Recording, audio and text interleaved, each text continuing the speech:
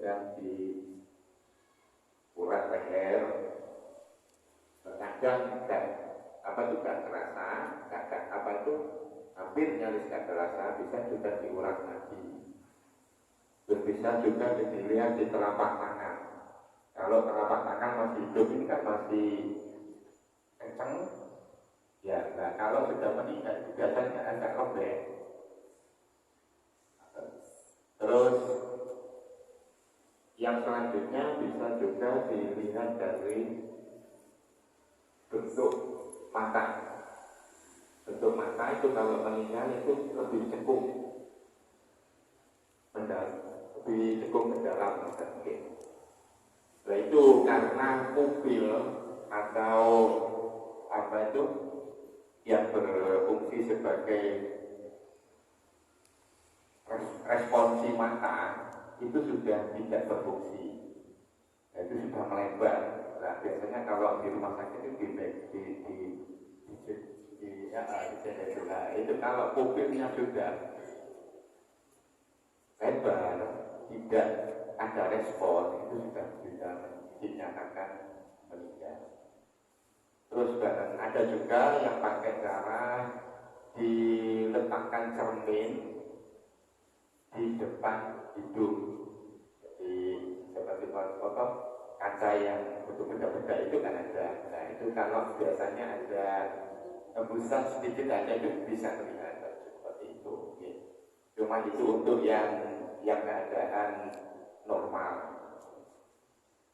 Karena saya juga kesulitan karena bayi prematur juga kecil sekali. Saya harus minta bantuan dokter karena saya nggak mau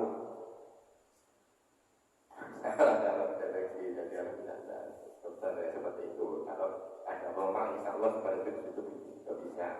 Pada saat kemarin juga ada hikmah bagi saya, banyak belajar hal tentang itu. Di kondisi yang tidak memungkinkan seperti ada wabah seperti itu, dan masyarakat kita juga trauma untuk ke rumah sakit. Ada orang yang memang punya penyakit darah tinggi, tapi duduk jatuh langsung meninggal. Disuruh ke rumah sakit nggak mau karena takut dinyatakan COVID seperti itu. Panggil saya, kalau saya lihat, saya periksa, insya Allah ya sudah. Tapi keluarga, oh iya sih kan ikhlas. Terus gini, akhirnya keluar telepon dokter.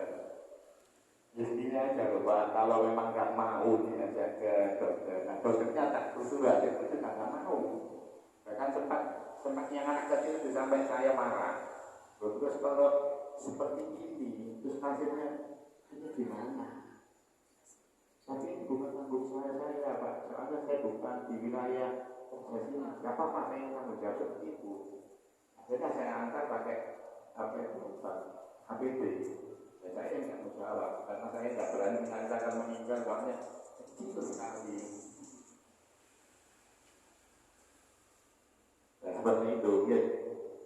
Jadi kalau memang nggak mau diajak ke rumah sakit, ya mungkin ada hal-hal yang lain seperti itu, saran dokter, ya dikasih bau-bauan di hidung, terus yang hangat-hangat itu.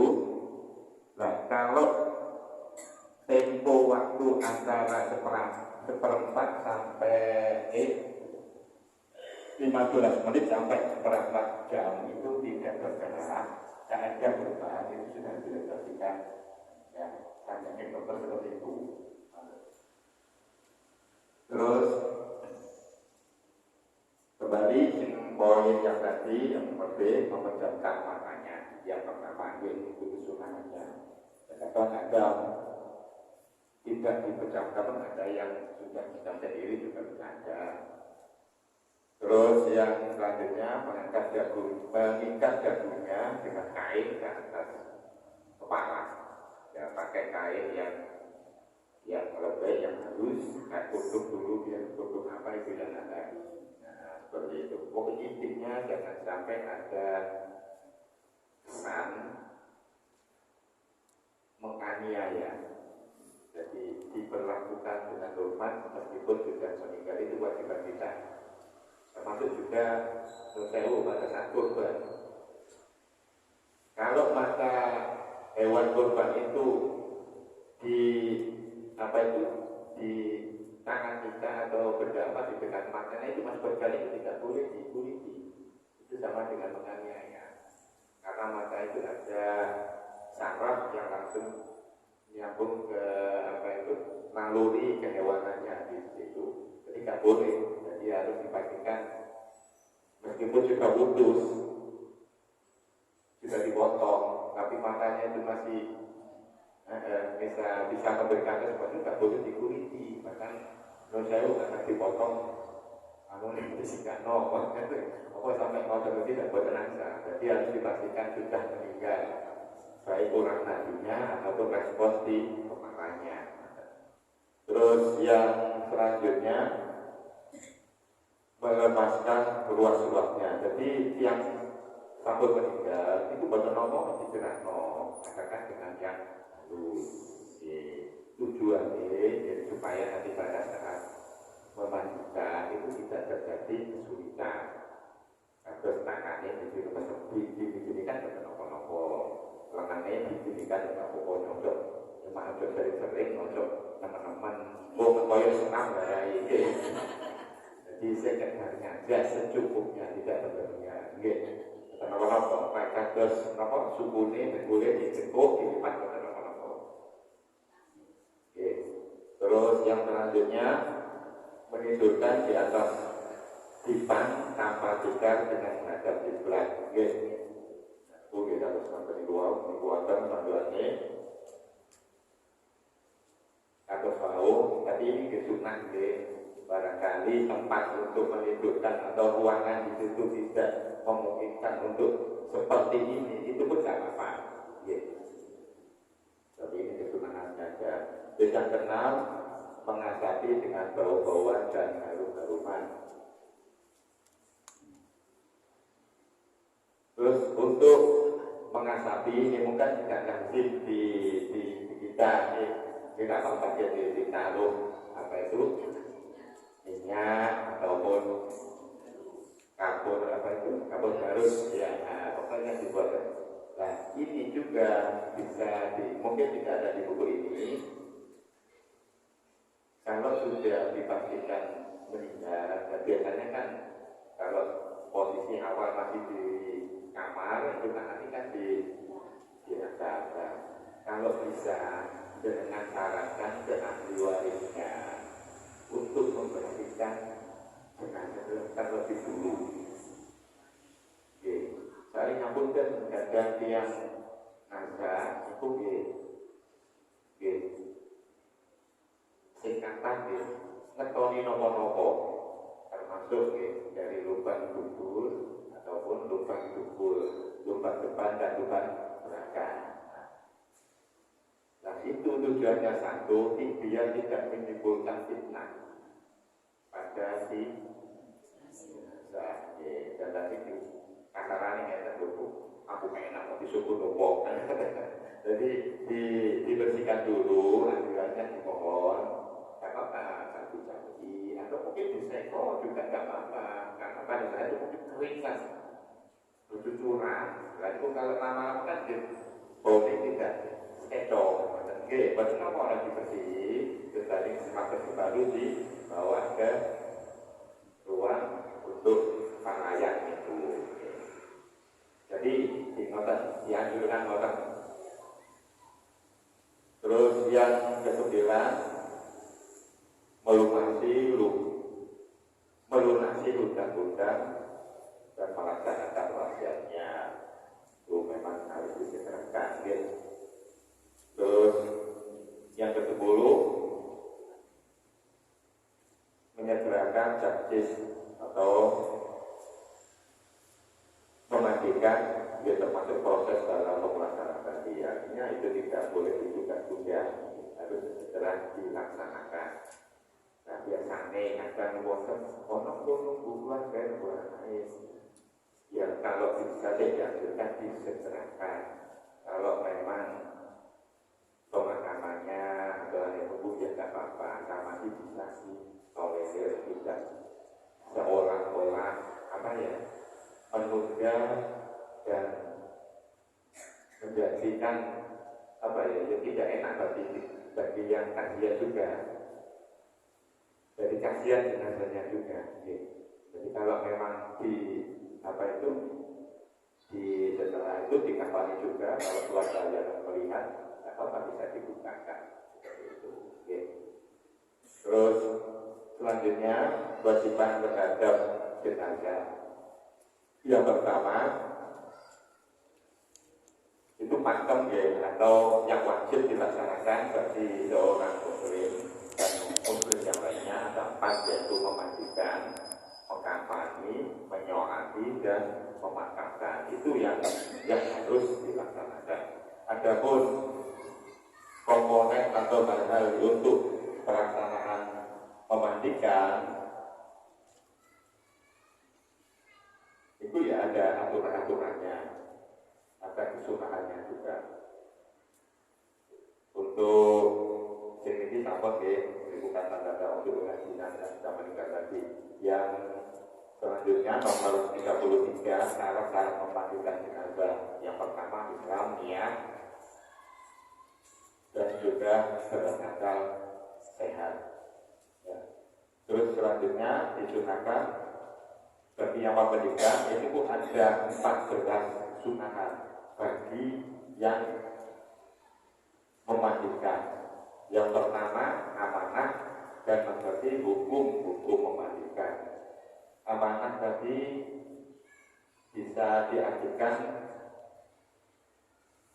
apa ya? Tidak terlalu banyak bicara atau apa? Jadi apapun yang terjadi pada si mayit itu jangan sampai jadi utama dengan kita membuka aib saudara sendiri. Makanya perlu orang yang amanah dan maklum orang yang selain ahli waris ikut memandikan. Jadi betul apa cuma maklum dikhawatirkan nanti seperti itu. Jadi orang ini keamanah dia kalau melok wae tapi kudu coba ini malah itu yang tidak gitu. Jadi kalau ahli waris atau keluarga sendiri insya Allah kan untuk keluarga itu bukan seperti itu. Jadi makhluk orang di luar apa itu ahli waris ikut memandikan, tapi nggak apa-apa tapi dengan catatan tapi harus satu amanah tadi yang selanjutnya menjaga pandangan kecuali sekedar kebutuhan. Jadi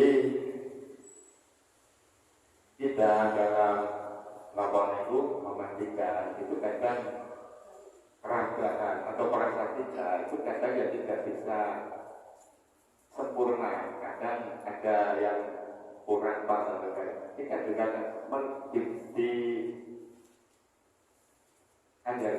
dianjurkan juga kalau apa melihat, tapi jangan terlalu berlebihan. Kita terus nyawiji atau gimana. Kadang ada yang sampai nggak bisa dijangkau oleh tangan atau ada yang pas atau perasaan ini yang kurang bersih seperti itu. Nggak apa-apa dilihat, tapi jangan dipandang terusnya. Berarti nggak boleh lama-lama, sekedar saja secukupnya sesuai kebutuhan mawon, betul-betul. Terus sebaiknya merahasiakan apa yang dia lihat, yang itu tadi sama ada kaitannya juga. Selanjutnya menutupi jenazah dari pandangan manusia karena memandikan jenazah terdapat aib. Makanya memandikan jenazah itu dikasih takbir dan juga akar biar tujuan seperti itu. Yang selanjutnya menyebarkan kebaikan-kebaikan yang nampak seperti pemerannya muka atau gimana, ataupun kalau bisa golong nggak apa-apa. Kalau memang ditanya mau sampai kusnudon mawon, sampai narasi hati mawon. Satu diantaranya Allah itu apa dari apa kata prasangka kita. Kalau kita prasangka baik, Allah baik. Yang kedua, menyenangkan keluarga yang didiknya. Akan makanya wonten di ditanyakan kesaksian, saya ngomong awal seperti itu. Terus sampai ngomong satu, tujuannya itu kita harus nudon tersangka baik. Mudah-mudahan juga seperti apa yang kita sangkakan. Yang kedua juga kita menghibur keluarga yang didiknya. Selanjutnya yang nomor yang F, membagikan di tempat yang berasal dari Allah sebagai apabila memerlukan tenaga bantuan hendaknya ini minta kepada orang yang berhak. Nah, berhak itu ya tadi ahli waris.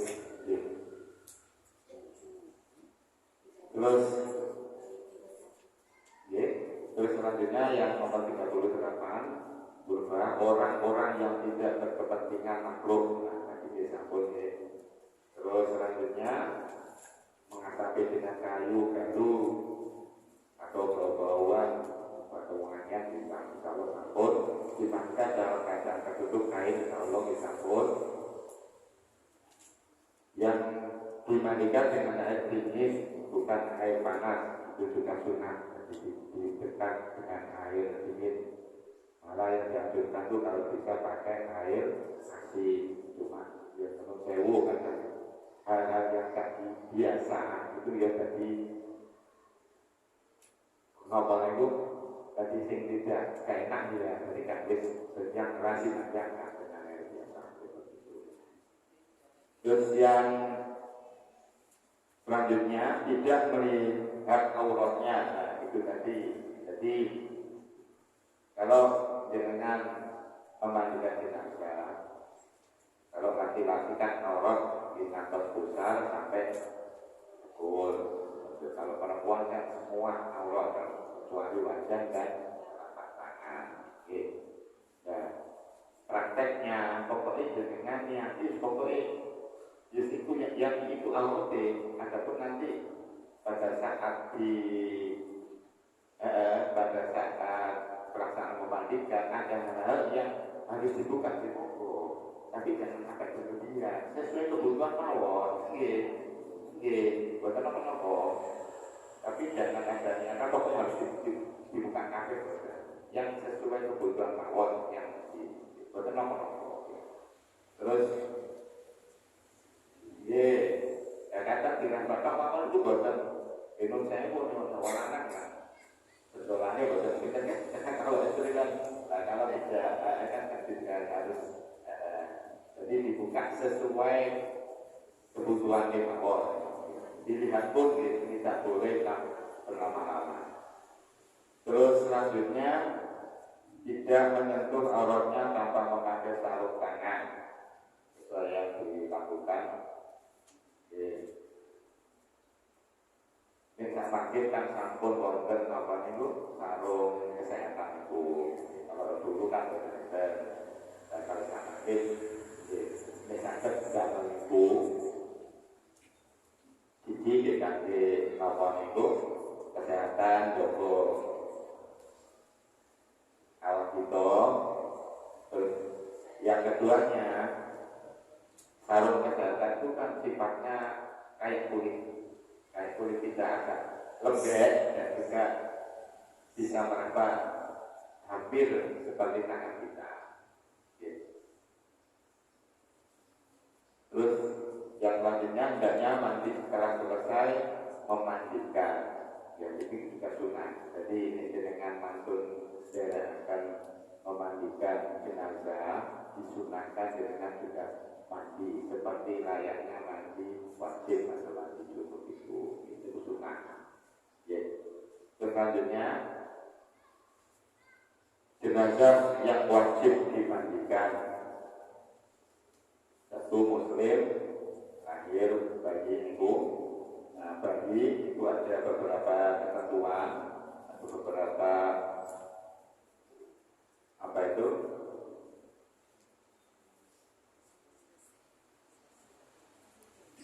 ini bayi yang di kuburan,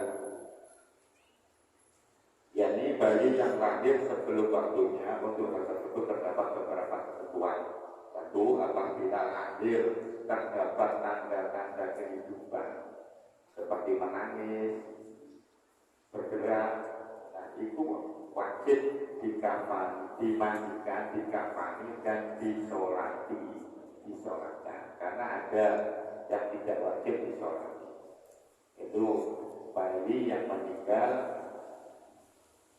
yang pertama belum saat waktunya, belum sampai 4 bulan. Terus yang selanjutnya itu bayi yang meninggal tidak ada tanda kehidupan, itu tidak wajib disolati, tapi tetap dimandikan, dikafani. Kalau satu kayak makin di bawah semanggi.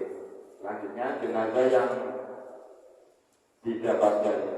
didapati biasanya ada beberapa pendapat. Menurut Imam Hanafi wajib dimandikan apabila yang ada itu sebagian besar jasadnya dan ada kepalanya. Jadi kalau macam-macam bahwa cuma mangke praktek, dia pun nanti mundur menemui hal seperti ini. Kalau itu pokoknya pulau biasanya ngeten, pokoknya disebutkan Bismillah. Apapun yang terjadi itu sembuh. Jadi memikirkan mari itu pun nanti mikir mana? Pokoknya sebutkan sembuh. Makanya sampai pas-pas yang tapi sebelum Buddha dengan jadi kecelakaan, ini kan jadi pada saya jenengan siap Bismillah, kan kenal, makin respon atau refleks kan kita kan dari cara ini, terus darah yang bisa terhingga atau macam tubuh yang panas, makin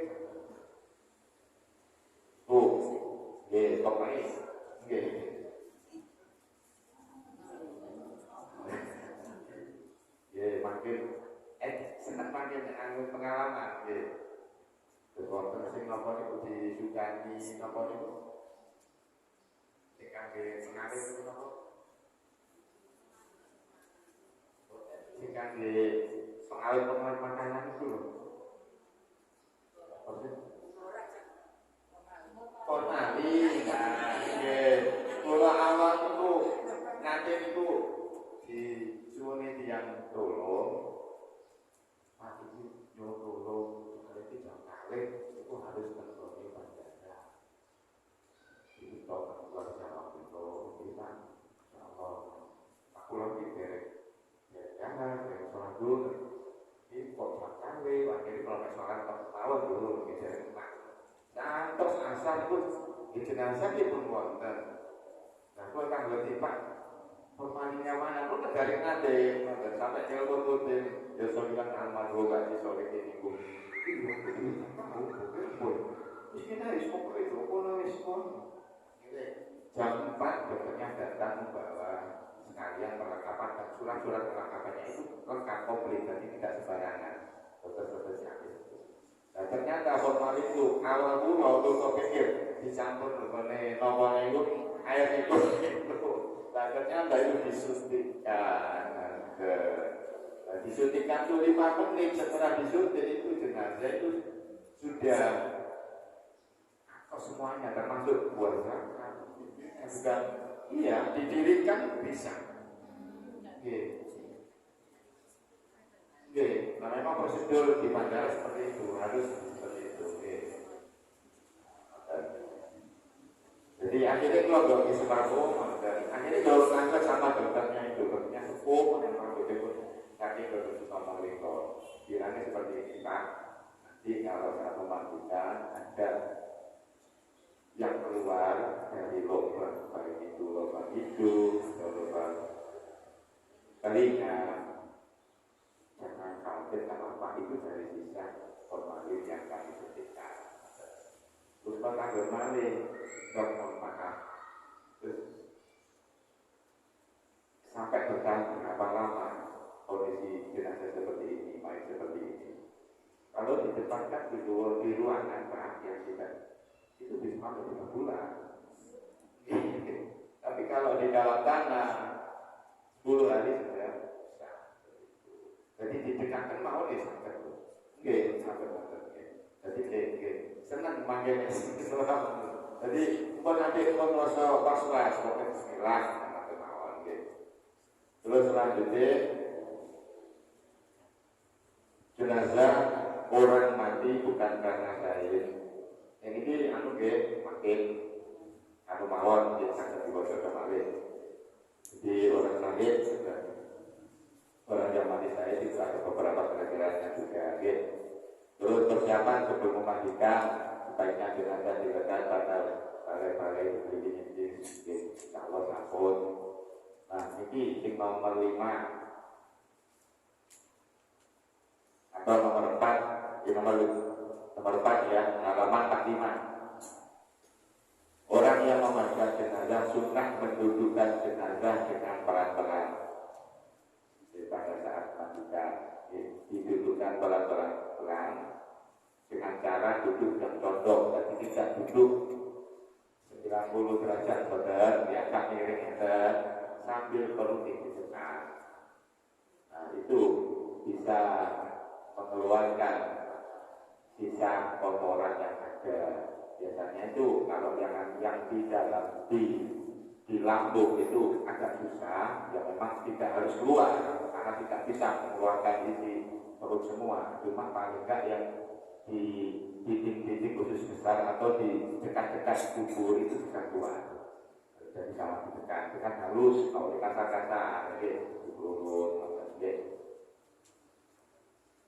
dan sambil ada yang mengurut-urut tadi, diurut-urut ya, yang membantu langsung nyiram. Jadi kotoran langsung bisa mengalir. Lalu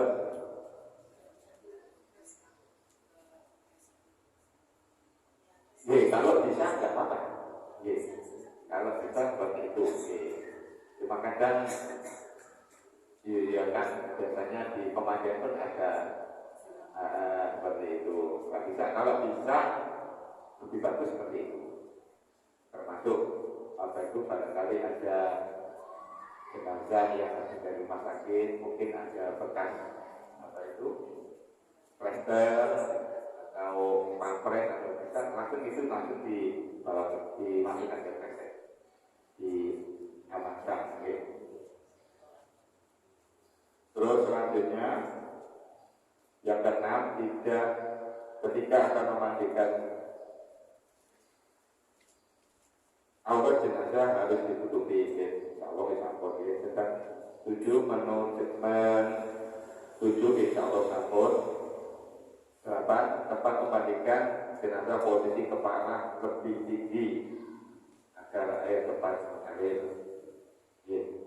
Kalaupun ini masih model lama, itu dibuat dulu, itu bukan bayang biar ambek atau bayang itu kan juga rata gitu aja. Kalau sekarang kan ada yang yang galang-galang itu. Jadi meskipun kepala sama kaki kalau tingginya sama, tapi air itu langsung jatuh ke bawah, tidak menggenang seperti itu. Terus selanjutnya orang yang memandikan jenazah menggunakan dua hukum di sunnah. Jadi ada satu kain yang dibuat untuk membersihkan kotoran, ada satu kain lagi dibersihkan untuk membersihkan badannya. Jadi macam hari tidak menyawingi, kita dirancang selesai. Terus selanjutnya mempersiapkan tempat air yang dapat berhindar dari percikan atau mengotori atau menjadikan mustakmal. Nah, mustakmal itu kan air yang tidak banyak tercampur najis. Makanya di sini sekarang sudah pakai yang sudah bergaram dan pakai selang. Nah, itu kadang juga ada yang mau beli koyok ngabusi motor wae kasopan. Jenengan Jawa cuma disesai. bukan niat seperti itu Pak, cuma itu menghindari najis, lebih aman. Kalau nanti malah dipaksa bahkan nanti ngoten tetap nyambut itu.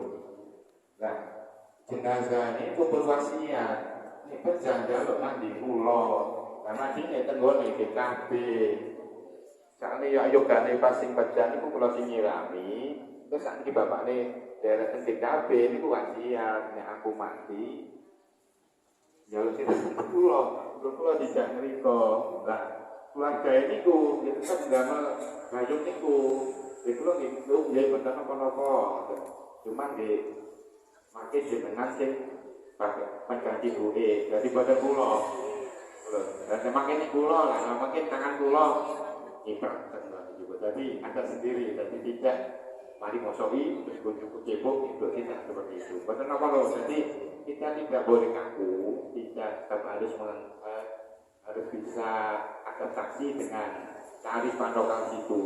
Cuma yang penting sampai reksa, sampai hati-hati dewe, di opo carane barang sing najis ini mau bosan masuk ke itu. Itu mau caranya bersemudi terserah. Nah, seperti itu. Jadi kata ngomong masyarakat yang dulu ya, nggak boleh ngaku. Oke. Terus yang selanjutnya, mulai memandikan, mencuci semua najis baik yang keluar pada saat jenazah didudukkan maupun najis yang melekat pada badannya. Nah, sebelum dimandikan secara keseluruhan, itu sunat juga pada saat kita melaksanakan hal-hal yang baik itu mau diwudui, tidak apa-apa. Sebelumnya diwudukan itu juga tidak apa-apa, karena ada anjuran juga. Tapi tidak dimasuk sini, tapi masuk di pada saat setelah dimandikan diwudui kalau di sini. Tapi saumpami jenengan wudui riyen dipotong merokok sekaligus pada saat itu. Apa yang kotoran baik ada yang di telinga, di mata itu dibersihkan. Terus yang selanjutnya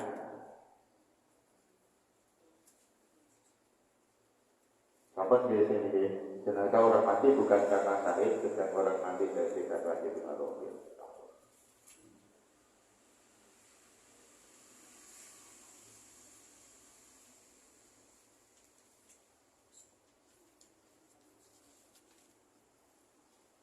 Terus ini, wonten sing ditanyakan sing 42 sampai 43 ini. Ini kekurangan disampun paham ya, yang wajib dimandikan, dikafani, dan disolati. Ada juga yang tidak wajib disolati, hanya dimandikan, dikafani aja dan dimakamkan. Terus untuk selanjutnya cara menjalankan jenazah ini wow sampun lagi cara nomor 6 ketika akan memandikan orang jenazah di sampun. Nah, pelaksanaan memandikan itu minggu wow membasuh seluruh badan jenazah dengan air yang suci disertai dengan niat. Nah, itu yang wajib. Artinya siraman pertama itu yang wajib, yang harus sampai tersiram semua. Jadi sesuatu yang menghalangi air dengan kulit si mayit itu harus dihilangkan, termasuk kotoran dan yang seperti tadi plester dan yang lain-lain itu harus dihilangkan.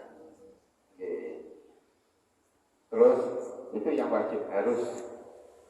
Adapun nanti sampai berulang berapa kali itu nggak masalah.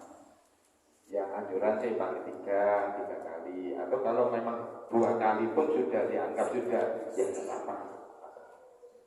Menggunakan sarung tangan disambut, terus membasuh seluruh badan jenazah sambil menggosoknya agar seluruh badannya bersih dan kotorannya terlepas.